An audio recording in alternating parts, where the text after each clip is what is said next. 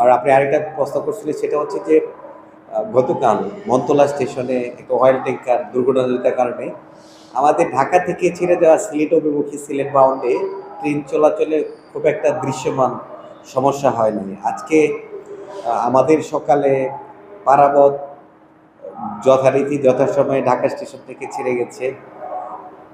এখন জয়ন্তিকা আধা ঘন্টা বিলম্বে সিলেটের উদ্দেশ্যে ছেড়ে গেল। আমি কন্ট্রোলের মাধ্যমে যেটা শুনতে পেরেছি, জানতে পেরেছি, সেটা হচ্ছে যে উদ্ধার কাজ এখনো চলমান। তো সবাই আশ্বস্ত করছে যে অল্প কিছুক্ষণের মধ্যে উদ্ধার কাজ শেষ হবে এবং ট্রেন চলাচল স্বাভাবিক হবে।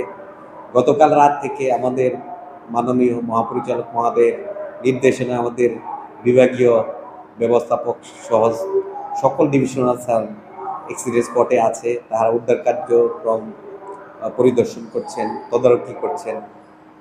আমাদের রেলের পক্ষ থেকে সর্বোচ্চ সবাই মানে একাগ্রতা নিয়ে উদ্ধার কার্যক্রম পরিচালনা করছেন। অল্প কিছুক্ষণের মধ্যে ট্রেন চলাচল স্বাভাবিক হবে।